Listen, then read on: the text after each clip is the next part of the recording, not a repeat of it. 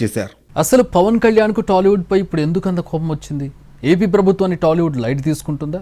పవన్ ఏ ఉద్దేశంతో వ్యాఖ్యలు చేశారు? భవిష్యత్తులో ఏం జరగనుంది? AP deputy CM Pawan Kalyan తాజా చిత్రం హరిహర వీరమల్లు రిలీజ్ దగ్గర పడుతున్న వేళ థియేటర్ల బంద్ అంటూ ప్రకటన వచ్చింది. దీంతో గతంలో ఎప్పుడూ లేని విధంగా సినీ పరిశ్రమకు సంబంధించి ఆంధ్రప్రదేశ్ ప్రభుత్వం ఒక కీలక నిర్ణయం తీసుకుంది. థియేటర్ల బంద్ నిర్ణయం ఎందుకు తీసుకున్నారనే దానిపై విచారణకు ఆదేశించింది. గతంలో ఎప్పుడు థియేటర్లు బంద్ అంటూ ప్రకటన రాలేదు.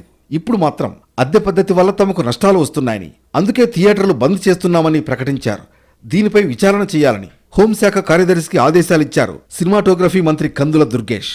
ప్రభుత్వం ఇంత సహకరిస్తున్నప్పటికీ కూడా ఎందుకు ఈ రకమైన వాతావరణం సృష్టించబడుతుంది అనేటువంటి విషయంలో, ముఖ్యంగా హరిహర వీరమల్లు సినిమా రిలీజ్ అవుతున్నటువంటి సందర్భంలో కూడా ఈ వాతావరణం రావటం ఏమిటి, ఇటువంటి అన్ని అంశాల మీద ఒక కూలంకషమైనటువంటి ఎంక్వైరీ జరిగితే రాబోయే రోజుల్లో సినిమా పరిశ్రమకు మరింతగా సహకరించడం ఎలా కుదురుతుందనేటువంటిది మేము కార్యాచరణ ఏర్పాటు చేసుకోవడానికి ఉపయోగపడుతుందనే ఆలోచనతో ఎంక్వైరీకి మేము చెప్పడం జరిగింది.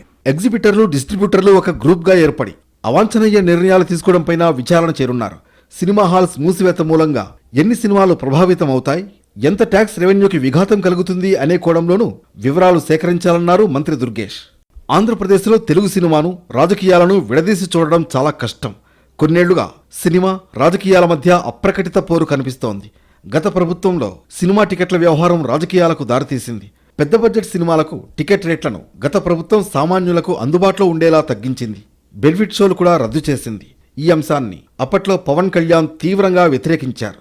తన సినిమాలను ఆపినా పర్వాలేదు, ప్రజల కోసం పోరాడతా అన్నారు. తన అన్న చిరంజీవిని అప్పటి సీఎం జగన్ తీవ్రంగా అవమానించారని, నమస్కారం పెట్టినా ప్రతి నమస్కారం పెట్టలేదని పవన్ ఎన్నికల ప్రచారంలో కామెంట్స్ కూడా చేశారు.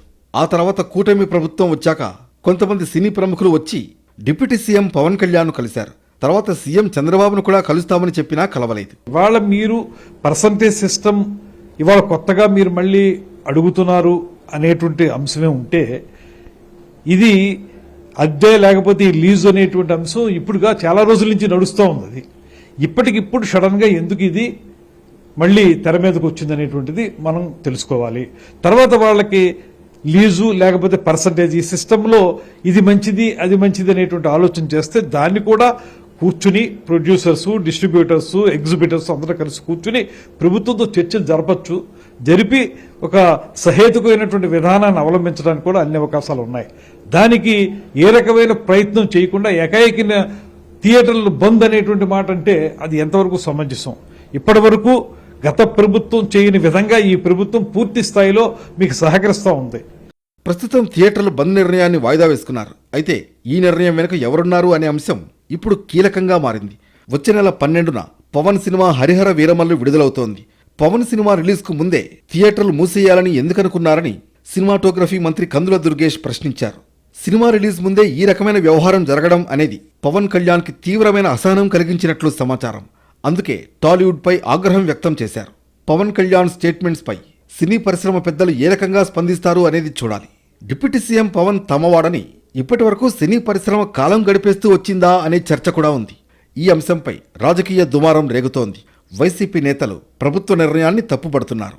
థియేటర్ యాజమాన్యాలు సమ్మె ప్రకటించినాయి, వాళ్ళని జైల్లో వేయండి ఆ నాయకుల్ని అని చెప్పి ప్రభుత్వం తరపున మంత్రి పోలీసు శాఖని ఆదేశించాడు అంటే రాతపూర్వకంగా వీళ్ళ దౌర్భాగ్య స్థితి, వీళ్ళ డబుల్ స్టాండర్డ్స్, వీళ్ళ రెండు ముఖాలు, ఆ రోజు ఏం మాట్లాడారు, ఇవాళ ఏం ప్రవర్తిస్తున్నారు. మరి మీరెవరు? నువ్వెవరు? సినిమా నిర్మాతలకి, డిస్ట్రిబ్యూటర్లకి, ఎగ్జిబిటర్లకి తగు నడుస్తుంటే వాళ్ళకి సమస్యలుంటే నీ సినిమా వాయిదా వేసుకోవాలి కదా. నీ సినిమా వాయిదా వేసుకోవాలి, అంతేగాని బెదిరించడం, జైల్లో వేస్తామని డీజీపీకి ఆదేశాలు ఇవ్వటం ఏమంటారు? దీన్ని దివాళా కోరుతనం కాదా పవన్ కళ్యాణ్ గారిది? ఒక్క సినిమాను దృష్టిలో పెట్టుకుని థియేటర్లను బంద్ చేస్తున్నామనడం సరికాదంటోంది తెలుగు ఫిల్మ్ ఛాంబర్. థియేటర్ల పర్సెంటేజీ విషయంలో కొన్నేళ్లుగా ఎలాంటి చర్చ జరగలేదని ఇప్పుడు జరుగుతోందన్నారు ఫిల్మ్ ఛాంబర్ కార్యదర్శి దామోదర ప్రసాద్. సమస్యలు మొత్తం 3 సెక్టార్లకి సమస్యలు ఉన్నాయి. ఈ సమస్యలు పరిష్కారం దిశగా ఎట్లా వెళ్దామనే మీటింగ్ జరిగింది. ప్రతి సెక్టార్ వాళ్ళ సమస్యలు చెప్పారు. ఈ సమస్యలు 30th మాకు ఈసీ మీటింగ్ ఉంది. ఈసీ మీటింగ్లో చర్చించి ఒక జాయింట్ యాక్షన్ కమిటీయో లేదా కమిటీ ఫామ్ చేసుకుని ఆ కమిటీ ద్వారా ఫర్దర్గా రోడ్ మ్యాప్ ఎట్లా ఉండాలి అనే దానికి డిసైడ్ అవుతుంది. సమస్యలు చాలా ఉన్నాయి. అన్ని సమస్యలు కూడా ఇంటర్లింక్ అయి ఉన్నాయి. మా ముగ్గురు అంటే ప్రొడ్యూసర్, డిస్ట్రిబ్యూటర్, ఎగ్జిబిటర్. ప్రతి సమస్య ఇంటర్లింక్ అయి ఉన్నాయి. దీంట్లో చాలామంది థర్డ్ పార్టీస్ ఉన్నాయి, కార్పొరేట్ కంపెనీస్ ఉన్నాయి. సో ఇవన్నీ సమస్యలు కూడా పరిష్కరించుకుని వెళ్ళాలి. Time taking. అసలు ఈ సినిమాలకు సంబంధించిన వివాదాలు ఎందుకు వస్తున్నాయనే చర్చ ప్రధానంగా జరుగుతోంది. అది కూడా డిప్యూటీ సీఎంగా ఉన్న పవన్ కళ్యాణ్ సినిమా రిలీజ్ ముందు ఇలాంటి నిర్ణయాలపై చర్చ జరుగుతోంది. అసలు దీని వెనక ఎవరున్నారు అని సినిమా రాజకీయ వర్గాల్లో